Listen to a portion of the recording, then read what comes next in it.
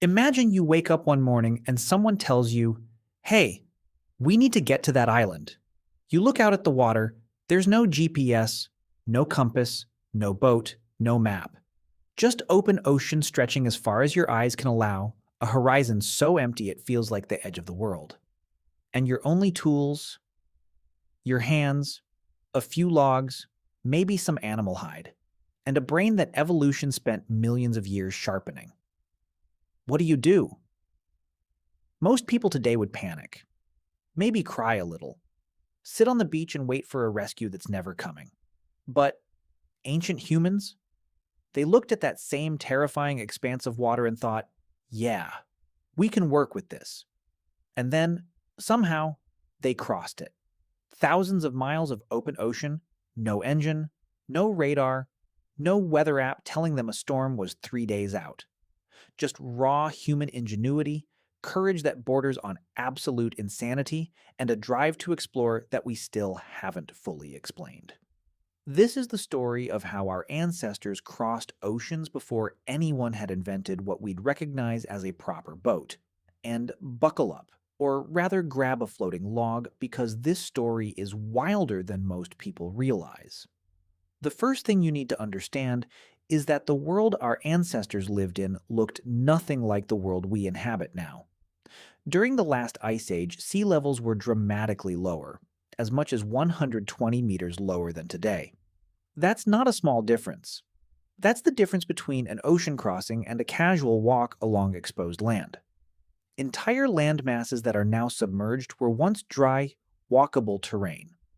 Coastlines extended far out into what is now open sea. Scientists call one of these ancient land masses Sundaland, a vast continental shelf that once connected what we now know as the islands of Southeast Asia. Modern-day Indonesia, Malaysia, Borneo, and the surrounding region were largely a single connected landmass. You could have walked from mainland Asia to places that are now separated by hundreds of miles of ocean. The same was true in other parts of the world. The Bering Land Bridge connected Asia to the Americas. Vast stretches of the North Sea were dry, and parts of the Pacific were far more navigable than they appear on any modern map. So let's be clear about one thing before we go further. Not every ancient crossing required crossing open water. Some of what looks like impossible oceanic travel, when viewed on a modern map, was actually far more manageable when you account for Ice Age geography. But, and this is a massive but, some crossings genuinely required open water navigation, and those are the ones that make archaeologists lose sleep. Here's where things get interesting. The island of Flores, in what is now Indonesia, sits across a deep water channel that would have remained a significant oceanic barrier even during the lowest sea levels of the Ice Age. No land bridge ever connected it to the mainland. Yet fossils found at Flores, specifically at a site called Mata Menga, suggest that a hominin species called Homo erectus was living there somewhere around 1 million years ago. Maybe earlier. 1 million years ago. Let that settle in for a second. Homo erectus had a brain roughly 2/3 the size of yours. They had no written language, no advanced tools by our modern standards. Yet somehow, they crossed open water to reach an island that was never connected to the mainland. Either they built some rudimentary form of watercraft, or they accidentally drifted across on natural rafts of vegetation, clumps of trees and debris that storms and flooding sometimes push out to sea. Both options are staggering in different ways. The accidental raft theory, sometimes called sweepstake dispersal in the scientific literature, suggests that individuals, possibly small groups, were carried out to sea on floating mats of vegetation during floods or storms, survived the crossing, and managed to establish a population on the other side. This sounds almost too lucky to be real. And for any given individual, the odds were probably terrible. But given enough time, enough floods, enough storms sweeping debris-laden rivers out to sea, the math eventually works out.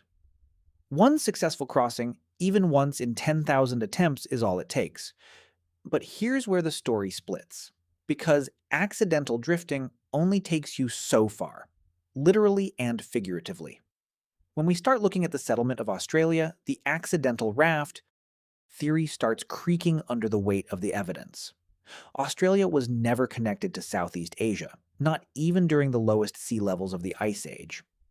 To reach Australia, ancient humans, almost certainly anatomically modern Homo sapiens, had to cross at least 90 kilometers of open water, possibly more depending on the route they took. Some estimates put the minimum crossing at around 70 kilometers, but the route would have required multiple island hops, each one involving deliberately striking out across open ocean with no visible destination on the other side. And humans were doing this roughly 65,000 years ago, possibly earlier. The evidence from sites like Majid Bebe in northern Australia, where stone tools and other artifacts push the arrival date of humans in Australia to at least 65,000 years before present, suggests we were conducting serious ocean crossings tens of thousands of years before anything we'd traditionally call civilization. Here's the part that should blow your mind. To successfully establish a reproducing population in a new land, you don't just need one person to survive the crossing. You need enough people. Geneticists often suggest a minimum of around 50 to several hundred individuals to avoid the catastrophic genetic problems of inbreeding. That means these weren't solo adventures, these were organized crossings. Groups of people coordinating to build watercraft capable of carrying multiple individuals across dozens of kilometers of open ocean, navigating without landmarks for much of the journey, and landing somewhere that none of them had ever seen before. This was not an accident. This was a plan. So what were they floating on? This is where archaeology runs into a deeply frustrating wall, because organic materials like wood, bamboo, and hide decompose. They don't leave fossils. We have no direct physical evidence of watercraft from this era. None. What we have instead is an absence of evidence combined with undeniable evidence of presence. Humans are on Australia 65,000 years ago, and the only way to get there is across open water. Therefore, watercraft existed. The leading candidates, based on what materials would have been available and what experimental archaeology has shown is feasible, include bamboo rafts, dugout logs, and reed bundles. Bamboo is extraordinary material. It's light, buoyant, abundant in Southeast Asia, and remarkably strong. A well-constructed bamboo raft can support significant weight and survive rough seas. Modern experimental voyages have shown that bamboo rafts can cover substantial distances under favorable conditions. Reed boats are another strong contender. Civilizations across the world independently developed reed watercraft. The ancient Egyptians used papyrus reed boats. The indigenous peoples of the Andes used totora reed vessels on Lake Titicaca, and reed watercraft appear in various forms across widely separated cultures. This independent parallel development tells us something important. Reed boats are an obvious solution to a common problem, achievable with widely available materials and no advanced technology. Dugout canoes, logs hollowed out using fire and stone tools, represent a slightly more sophisticated technology but are still well within the capabilities of populations that were crafting complex stone tools, hunting megafauna, and demonstrating sophisticated symbolic thinking. We know Homo sapiens 65,000 years ago were cognitively capable of extraordinary things. A hollowed log is not a technological leap beyond their demonstrated abilities. Now, building a raft that floats is one challenge. Getting that raft to go somewhere specific is an entirely different problem. Navigation across open ocean without landmarks is one of the most demanding cognitive and observational tasks a human being can perform. So how did they do it? The answer requires understanding something that modern city dwellers have almost entirely lost: an intimate, detailed relationship with the natural world. Ancient peoples weren't just surviving in their environments, they were reading them like a text, constantly, with a precision that puts most modern humans to shame. The stars were the original GPS. The night sky, to people who had never seen artificial light, was a blazing, detailed map that they learned from childhood and understood with extraordinary precision. The North Star doesn't move. The Southern Cross traces a predictable arc. The Milky Way itself can indicate direction. Ancient navigators memorized star paths, not just which direction a particular star rose or set, but the entire arc of its journey across the sky, and what that arc meant for their position on the ocean. But stars are only visible at night and clouds happen. So skilled navigators developed additional tools. Ocean swells, the long rolling movements of water generated by distant weather systems. By the way, If you want to go even deeper into the secret lives of ancient humans, I just launched a full course called The Secret Lives of Ancient Humans. 10 modules, 3+ hours of content covering everything we never talk about on YouTube. What they feared, how they communicated, what hunted them, and much more. Plus an exclusive PDF guide included. Link in the description. See you inside. Travel in consistent directions and can be felt through the hull of a vessel even when the sky is completely overcast. Experienced navigators learned to read these swells with their bodies, lying on the deck of their craft, and feeling the rhythms of the water beneath them. The Marshall Islands stick charts, known from the Pacific, are physical models of these swell patterns. Maps made of sticks and shells that encoded wave patterns around islands. This knowledge, once thought to be unique to certain Pacific cultures, may represent a much older tradition of ocean navigation. Wind patterns follow seasonal rhythms. Bird behavior changes near land. Certain species only fly out a certain distance from shore before turning back, so the direction of their flight is a navigational clue. Clouds often form over islands even when the sky around them is clear, creating visible markers that can be spotted from far at sea. Watercolor changes near land masses. Floating debris, plant material, particular types of wood, indicates proximity to coast. The ocean, to someone who knows how to read it, is not featureless at all. It's covered in information. Let's travel to the Pacific now, because the settlement of the Pacific Islands represents perhaps the most astonishing chapter in all of human navigation history. The Pacific Ocean covers roughly a third of the Earth's surface.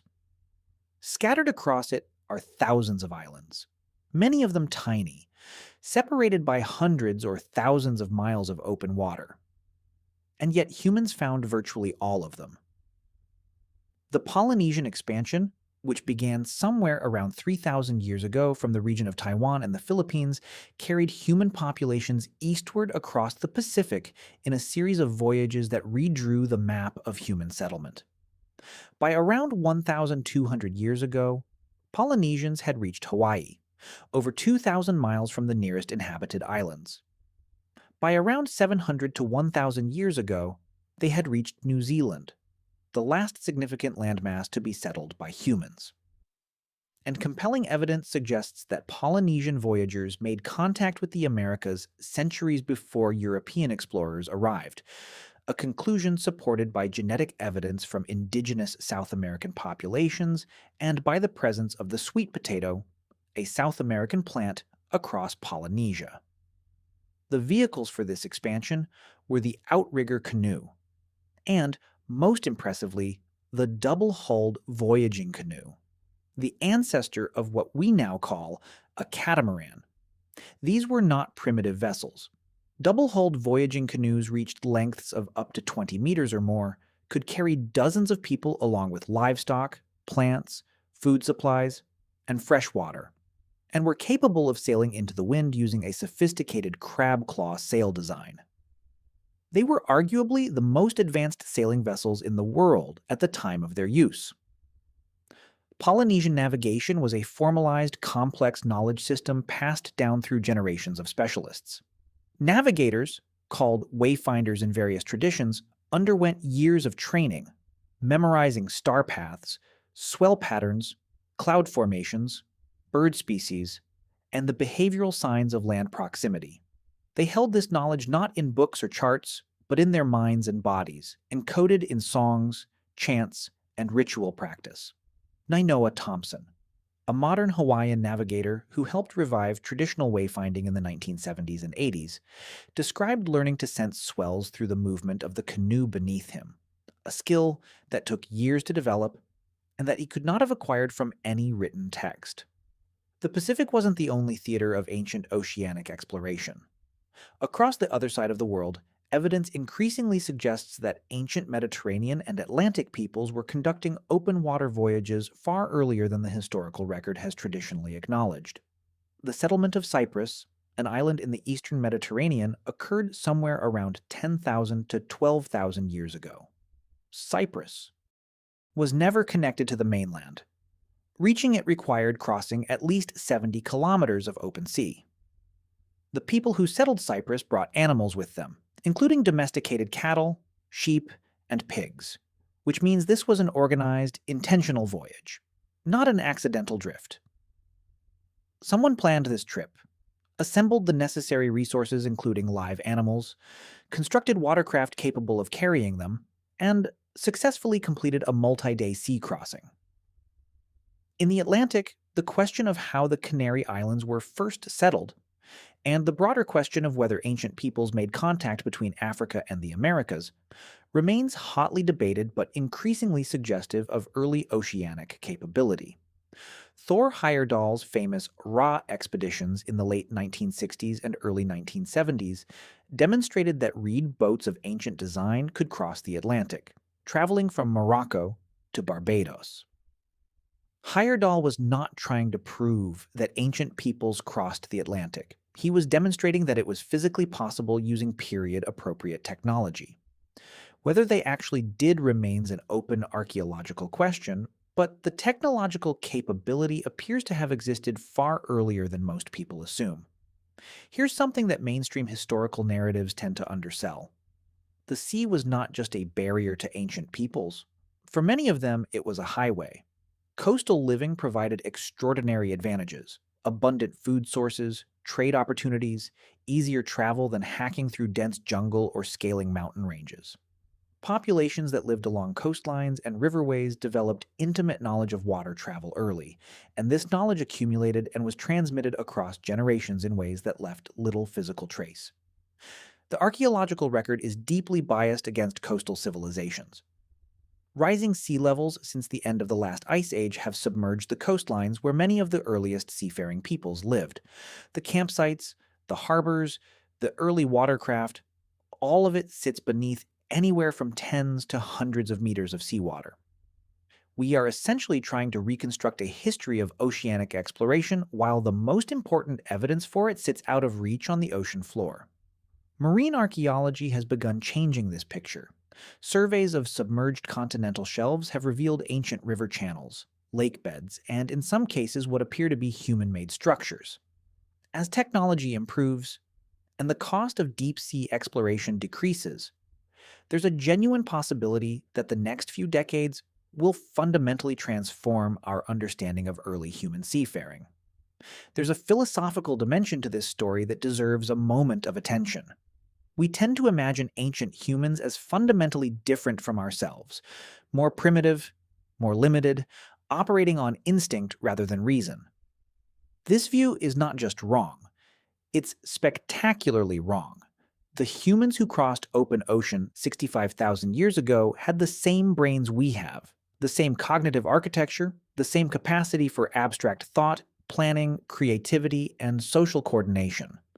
They simply lacked the accumulated technological inheritance that we take for granted. But in some ways, they possessed something that most modern humans have lost: an extraordinarily deep knowledge of the natural world developed through lifetimes of direct observation and interaction. A modern engineer with a GPS and a satellite phone might be less capable of crossing an open ocean than a trained Polynesian wayfinder navigating by stars and swells. Knowledge is not always stored in devices. Sometimes it lives in people. The exploration of the Pacific, arguably the greatest feat of exploration in human history, was accomplished not by accident, not by desperation, but by cultures that valued ocean knowledge, that trained specialists to carry it, and that treated the ocean not as an impassable void, but as a landscape to be read and traversed. This attitude, this fundamental orientation toward the ocean as navigable space, may have originated far earlier than the Polynesian expansion suggests, rooted in cognitive and cultural traditions stretching back to the first humans who looked at open water and decided that whatever was on the other side was worth finding out about. The implications of all this extend beyond history into our understanding of human nature itself. We are, it turns out, a species of explorers at a fundamental level. The drive to move, to find out what's over the next ridge or across the next stretch of water, appears to be deeply embedded in human psychology. Some researchers have even proposed that a particular variant of the DRD4 gene, sometimes called the explorer gene or the wanderlust gene, may be more common in populations descended from migratory ancestors, suggesting that the urge to explore may have a partial genetic component.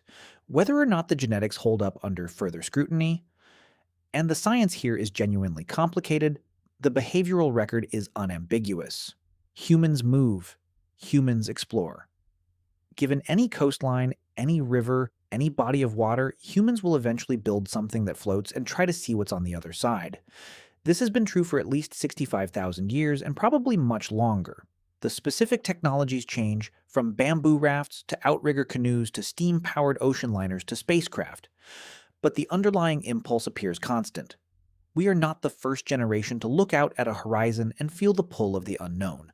We are just the latest in a line stretching back to people who crossed open ocean without maps, without engines, without any guarantee of survival, armed with nothing more than their bodies, their knowledge, and their extraordinary drive to find out what was waiting on the other side. The next time you look at the ocean, whether from a beach, from the window of a plane, or from the deck of a comfortable modern vessel, consider what it meant to those first seafarers. Consider the planning, the courage, the accumulated knowledge, the cooperative effort required to build a vessel capable of carrying a group of people across dozens of miles of open water with no landmarks and no certain destination. Consider that someone, somewhere, was the first human being to deliberately strike out across open ocean, leaving the sight of land behind and continuing forward into nothing but blue. We don't know their name. We have no record of their face. Their vessel decomposed thousands of years ago without leaving a trace in the archaeological record. But they made it. We know they made it because humans are on Australia 65,000 years ago, on Cyprus 12,000 years ago, on Hawaii 1,200 years ago, and ultimately across the entire surface of the habitable Earth. Every island that has ever been inhabited by humans was settled by people who crossed water to reach it. Every continent except Antarctica was populated by human beings who, at some point in their journey, had to build something that floated and trust it with their lives. The oceans didn't stop us. They never did. They were challenges that refined our ingenuity, deepened our knowledge of the natural world, and ultimately connected our species across distances that should, by any reasonable measure, have been completely impassable. Ancient humans crossed oceans before boats, at least before boats as we conventionally define them. Using materials available in their environment, knowledge accumulated across generations, navigational skills we are only beginning to fully appreciate, and a depth of courage that makes most modern adventure sports look like a gentle afternoon activity. The ocean was never truly a barrier. For the right people, with the right knowledge, with the right determination, it was always a road. And they took it.